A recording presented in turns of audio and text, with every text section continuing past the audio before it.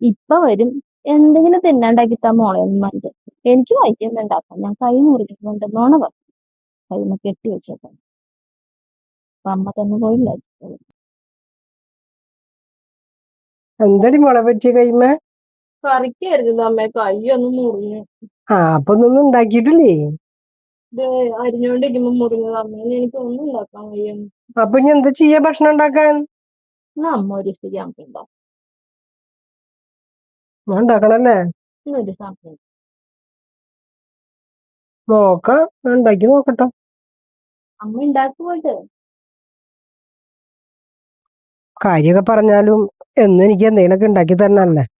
ഉള്ള കൈ മുറിഞ്ഞിട്ടല്ലേ. ഒന്ന് മുട്ട വെച്ച് നമുക്കൊന്നൊരു സംഭവം ഉണ്ടാക്കി കൊടുക്കാം.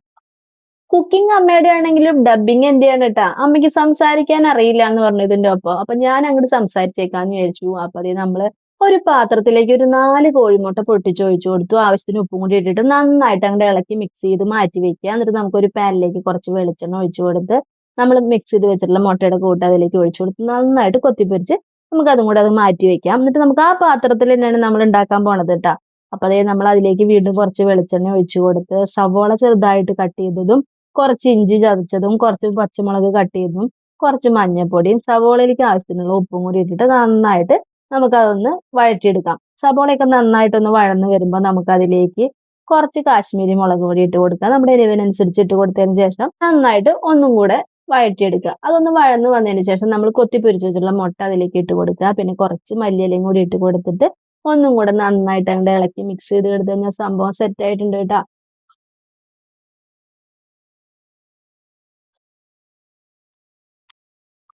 കുഴപ്പമില്ല, ടേസ്റ്റ് ഒക്കെ ഉണ്ട്.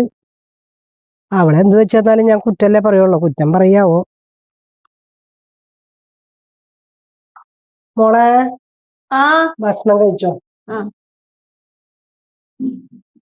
വലിയ പന്തൊക്കെ ആയില്ലപ്പോ. പന്തം വലുതായ നമുക്കത് ചെറുതാക്കാം. അവൻ മുറിഞ്ഞിട്ടൊന്നും ഇല്ലല്ലേ? ഞാൻ വെറുതെ പറഞ്ഞതാ അമ്മയുടെ കൈ കൊണ്ട് എന്തെങ്കിലും ഉണ്ടാക്കി തരാൻ വേണ്ടിട്ട്. ഇവിടെ ഇരിക്കും, നമുക്ക് രണ്ടാളും കൂടി കഴിക്കാം. മോൻ കഴിച്ചോ? ഇവിടെ ഇരിക്കും.